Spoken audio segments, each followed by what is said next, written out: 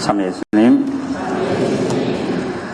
오늘 복음에는 한 율법 교사가 예수님을 시험하려고 스승님, 제가 무슨 일을 해야 영원한 생명을 받을 수 있겠습니까? 하고 묻습니다.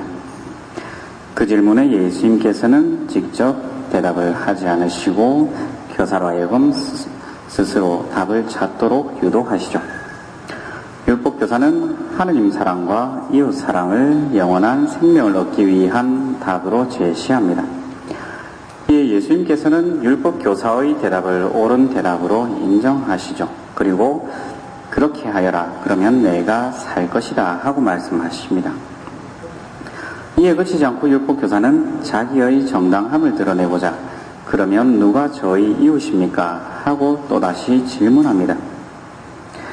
당시 이스라엘 사람들에게 있어서, 특히 바리사이나 율법학자들에게 있어서 이웃의 범위는 굉장히 좁다고 할 수 있겠습니다. 우선은 그들의 동족인 이스라엘 민족만을 이웃이라고 생각했죠. 그래서 이스라엘 민족을 제외하고는 개라고도 표현하면서 이방인들을 멸시하고 멀리했습니다. 또한 이방인들과 함께 어울려 지내는 것은 동족을 배신하는 행위로 간주했죠. 사마리아인들과 유다인들 간의 사이가 멀어진 것, 그것은 바로 사마리아인들이 이방인들과 어울려 지냈기 때문입니다. 그리고 또한 세리들도 로마의 지배 아래서 그들에게 세금을 갖다 바치면서 이방인들과 어울려 지냈기에 죄인 취급했죠. 그 밖의 죄인이나 병자들 또한 그들에게는 이웃이 아닌 가까이 해서는 안 되는, 멀리 해야 되는 이들로 생각했습니다. 예수님께서는 이러한 생각을 가진 율법 교사의 질문에 대해서 누가 강도를 만난 사람에게 이웃이 되어 주었다고 생각하느냐 하고 반문하십니다. 예수님께서는 비유를 통해서 누가 나의 이웃인지, 내가 누구의 이웃이 되어야 하는지를 가르쳐 주십니다. 즉 예수님께는 이웃의 경계가 없죠. 모든 사람은 다가감으로써 이웃이 되어 주어야 할 대상인 것입니다. 단지 우리가 생각하는 옆집에 사는 이웃, 한 마을에 사는 이웃이 전부가 아니라 다가감으로써 모든 이들에게 이웃이 되어 주어야 합니다.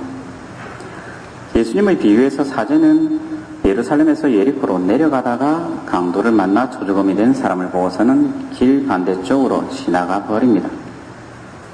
레위기 21장을 보면 사제는 직계 가족을 제외하고는 자기 백성 가운데 죽은 이 때문에 부정하게 되어서는 안 된다 하고 이야기합니다.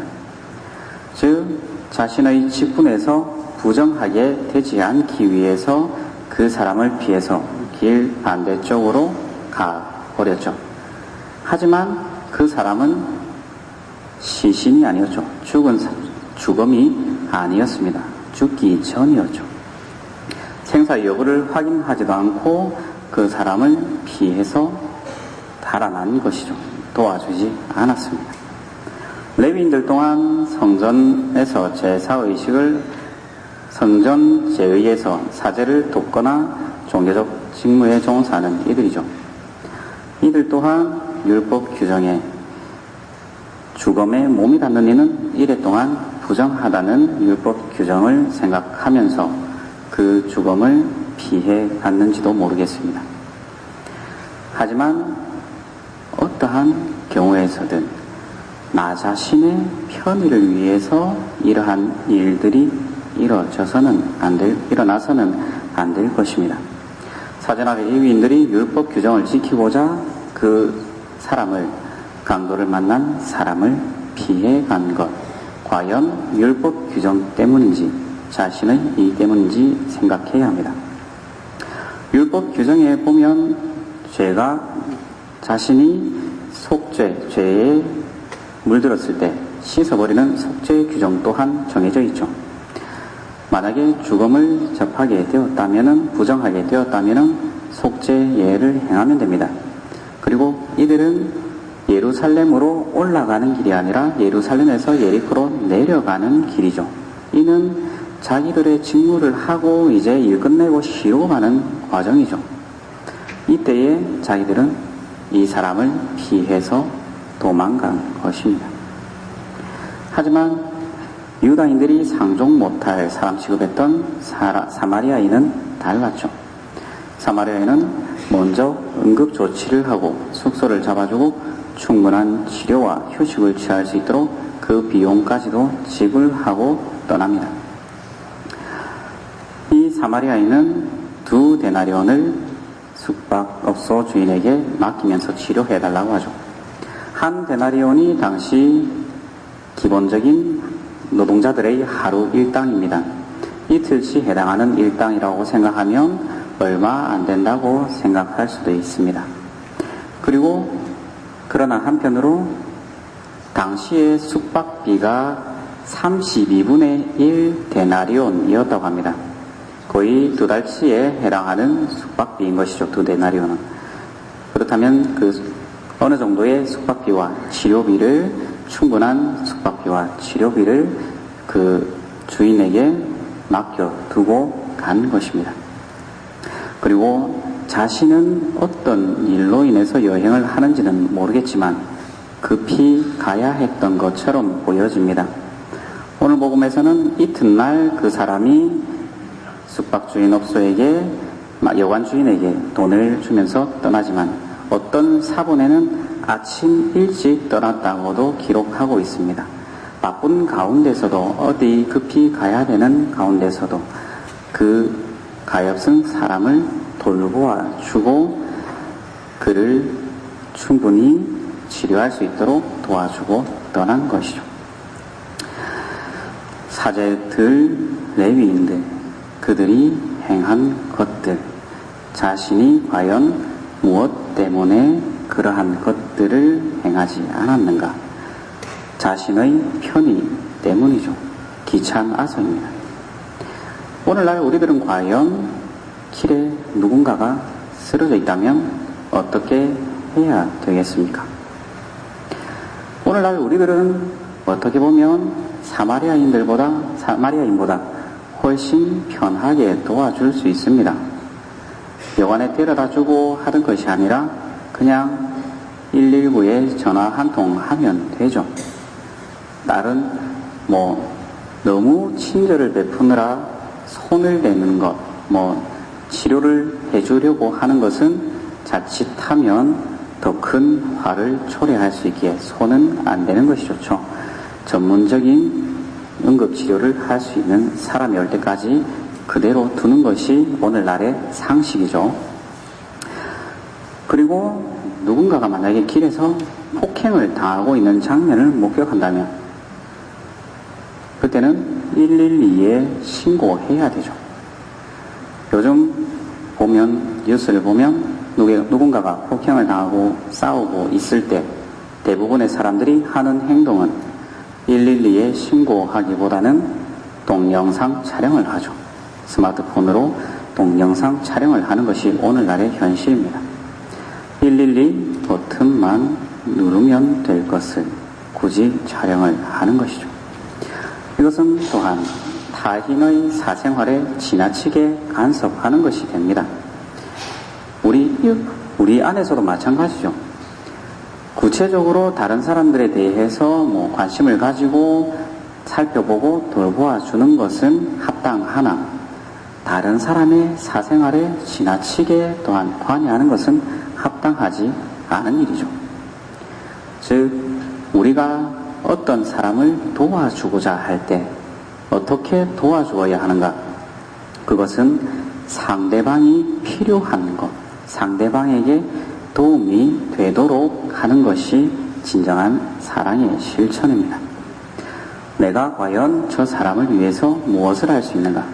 아니면 단순히 나의 호기심 때문에 관심을 가지고 그 사람들을 바라보는가? 그리고 또한 나는 과연 얼마나 수고로움을 감수하면서 다른 이들을 도와주고자 하는가 생각해 볼 수 있죠. 이러한 생각들의 가장 밑바탕에는 우리가 다시금 가난하고 소외된 이들에 대한 관심이 있어야 한다는 것입니다. 당시 율법교사의 질문, 누가 저의 이웃입니까? 할 때 율법교사의 이웃의 범위는 굉장히 좁은 것이었죠. 우리들은 과연 누구를 또한 이웃으로 생각하는가? 내 주변에 있는 사람들, 내 주변의 약자들을 얼마나 생각하는가 되돌아보아야 합니다. 우리 성당에서도 많은 일들이 있을 수 있습니다. 약한 이들을 위해서 생각하기보다 나 자신의 편의를 먼저 생각할 때가 많죠. 별것 아닐지는 모르겠지만 오늘날 공중전화가 사라지고 있다고 하죠. 많은 사람들이 스마트폰을 쓰고 휴대폰을 거의 다 가지고 있기 때문에. 하지만 공중전화를 꼭 써야 되는 사람들도 있죠. 이 때문에 한꺼번에 다 없애지는 못하고 공중전화를 유지하는 비용은 가정에서 KT나 기타 통신사에서 부담을 하고 있습니다. 공중전화를 쓰는 사람은 거의 군인들밖에 없다고 합니다. 휴가 나와서 터미널에서 쓰는 경우가 대부분인 것이죠.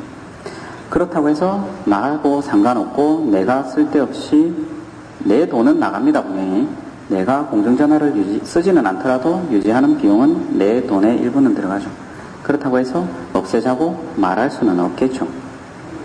나는 아니더라도 다른 누군가에게 도움이 된다면 나의 수고로움, 나의 조금의 희생은 당연히 기꺼이 내어놓을 수 있어야 할 것입니다. 우리 성당에서 보면 평일 미사에 보면 유아실 쪽에 커튼이 올라가 있을까요? 내려가 있을까요? 평일 미사에는 어린이들이 오면 될까요? 안 될까요? 레지오 하시는 분들이 미리 차려놓고 보여주는 거나 누가 들어가는 거나 꺼려 하실지는 모르겠지만 어린이들이 성당에 오는 것을 조금이라도 막아서는 안 되겠죠. 미사 때, 평일 미사 때 어린이들 또한 편안하게 유아실로 들어갈 수 있도록 우리는 배려해 주어야 할 것입니다.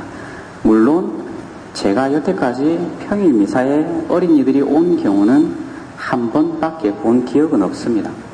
그런데 커튼이 내려진 상황에서 그 안에 아이가 미사 때 있었던 것이죠.